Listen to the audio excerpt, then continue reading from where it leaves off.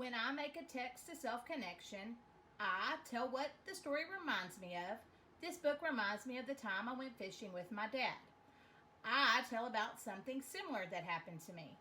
The same thing happened to me last summer. I tell about a time I had the same feelings as the character. I felt the same way as author when I lost my tooth. What is a text-to-self connection? A text-to-self connection is a connection between the book and your feelings or life experiences. As we read, stand tall, Molly Lou Melon. Pay attention to text evidence you could use to help make a text-to-self connection. Think about the events that happen in the story. Think about Molly Lou's feelings. Think about other characters' feelings and see if you can come up with the self-to-text connection that you can make from our story. Molly Lou Melon stood just taller than her dog and was the shortest girl in first grade. She didn't mind. Her grandma had told her, "Walk as proudly as you can and the world will look up to you." So she did. Molly Lou Melon had buck teeth that stuck out so far she could stack pennies on them. She didn't mind. Her grandma had told her, "Smile big and the world will smile right alongside you."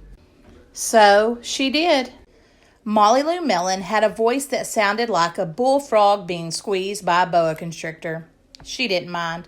Her grandma had told her, "Sing out clear and strong and the world will cry tears of joy." I can make a text-to-self connection here. Though Miss Lewis loves to sing, it always doesn't sound that great, but my Nana always told me to always make a joyful noise to the Lord. So she did. Molly Lou Melon was often fumble-fingered. She didn't mind. Her grandma had told her, "Believe in yourself and the world will believe in you too." Looking at the picture, what do you think fumble-fingered means? Notice all the broken dishes. What do you think that might mean? So she did.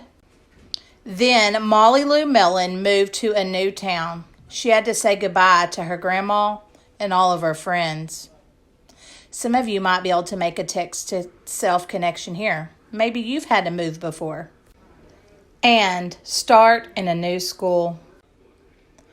On the first day of school, Ronald Durkin called her Shrimpo in gym class. When the game started, Molly Lou Melon caught the football, ran under the legs of Ronald Durkin, and scored a touchdown. All the children thought, "Wow, she's good," and Ronald Durkin felt very foolish. On the second day of school, Ronald Durkin called her Bucktooth Beaver. Molly Lou Melon took out her pennies, stacked 10 high on her teeth, and smiled as big as day. All the children smiled with glee, and Ronald Durkin felt very foolish. On the third day of school, Ronald Durkin said, "You sound like a sick duck. Honk, honk."